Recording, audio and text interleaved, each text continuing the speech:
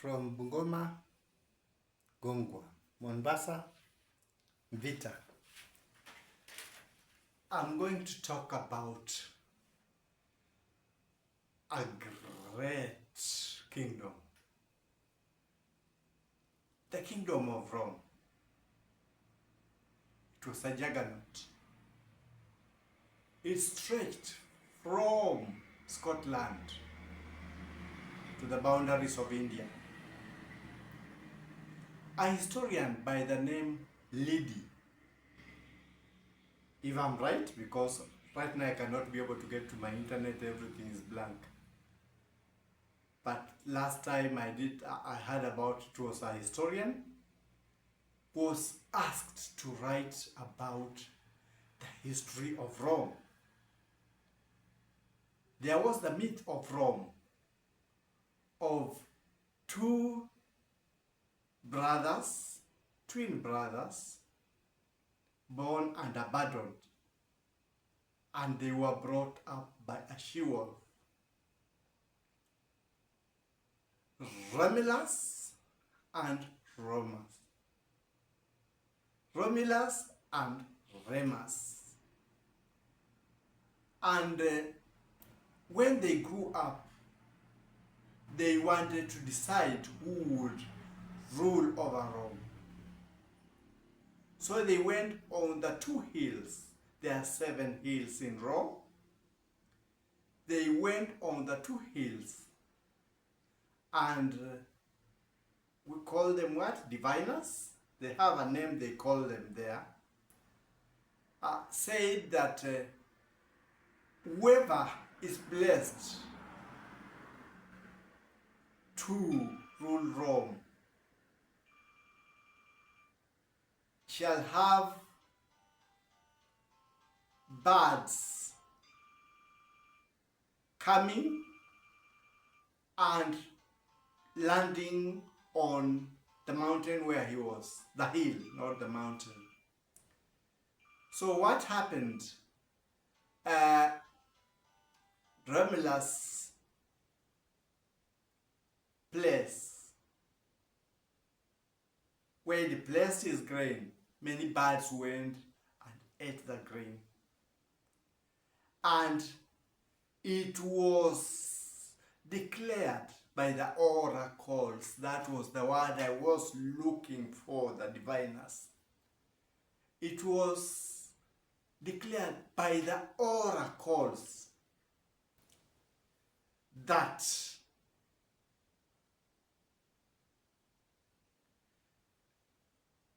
Romulus would be the king of the city of Rome. But Remus was not happy. So a fight ensued from that decision of the oracles.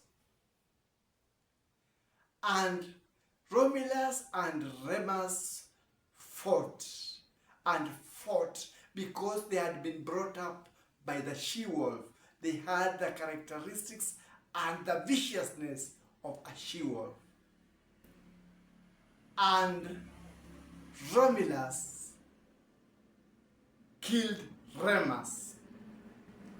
Sounds familiar? Abel and Cain. But it didn't only stop there. It had a history that kept reverberating from the past. The people in history that were called Polynesians, I don't know now because Polynesians, could it be Polynesians? Because we know of the Hittites, but the Polynesians, those are just my thoughts. The Polynesians settled in Rome. They found an advanced civilization. These people are good in mythology. They were a vicious people. They had kings, but their moral standards were below what the Polynesians expected them to be. But they were advanced in mythology. They made metal statues. They were an advanced civilization. They worshipped a god on the hills, a god called Vatica. They practiced bloody sports and things like lovemaking. They would do it anywhere. So it was a shock to the Polynesians who had come to this place. The Polynesians kept their people chest the way they were, comparing with those people of that place. But the Etruscans were the kings. So the story goes, there was a lady called Lucretius, a good lady. And the king had a bad son. And when people had gone out,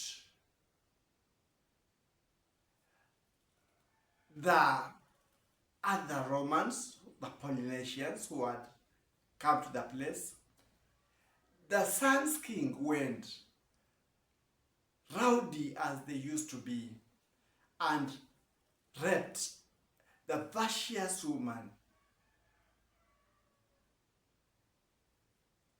called Lucretius. And the Romans now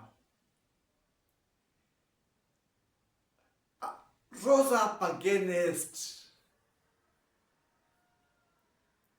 the other people and took over power and were ruled by consuls. That was the beginning of the Roman Empire. But historically, Romans had several Etruscan kings.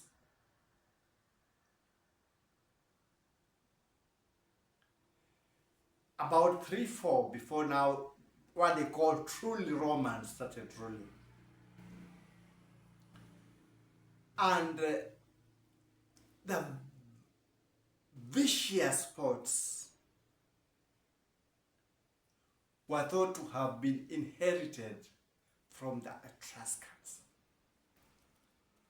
The Etruscans, when there was a feast or a funeral, they would get the slaves and give them the swords. Slaves were captured people. By the way, people think that only people who were enslaved were the black race when they were being taken to other places. No.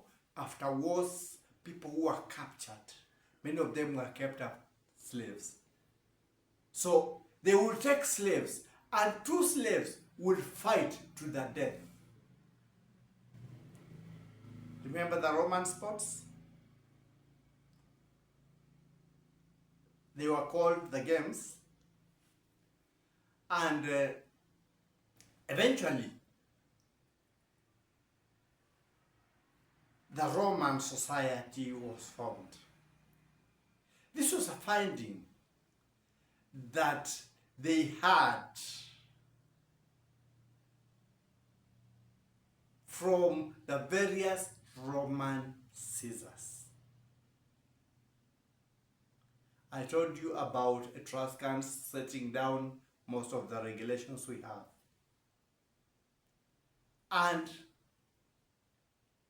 the Etruscans had a religion similar to the garden, and a man created and a woman created. It is the Norse creation story. I've not been able to access it because my internet has problems. But one can read about the Norse story. And when they left,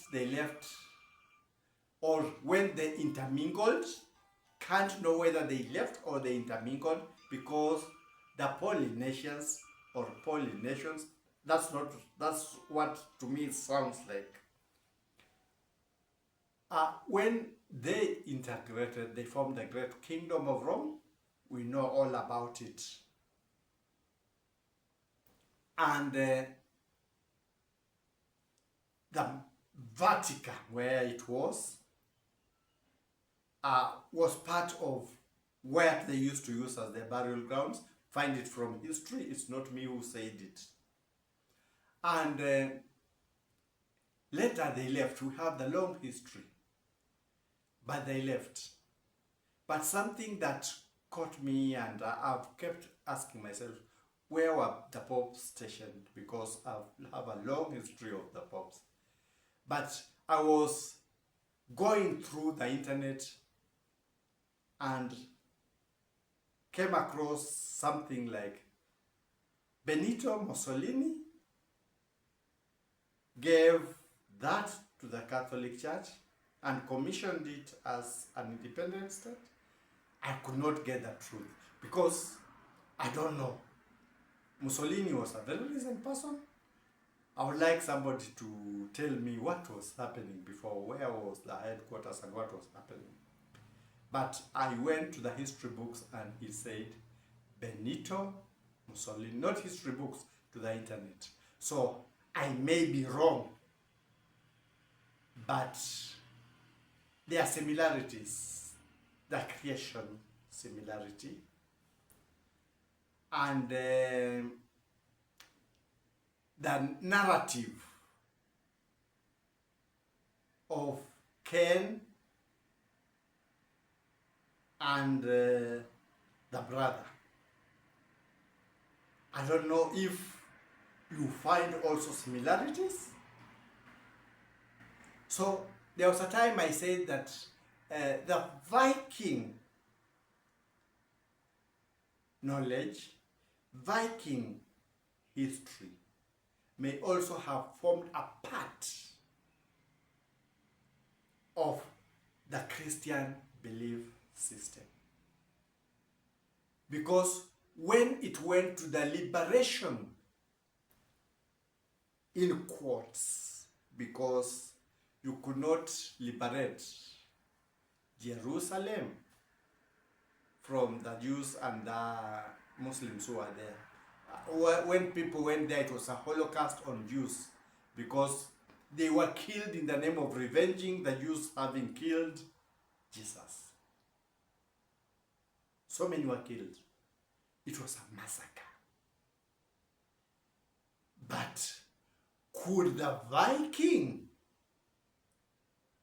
experience has influenced the Crusaders' effect on Jerusalem that time? I don't know. Find out historically. I'm just a researcher. May the authorities enlighten us on that. That's my take for me.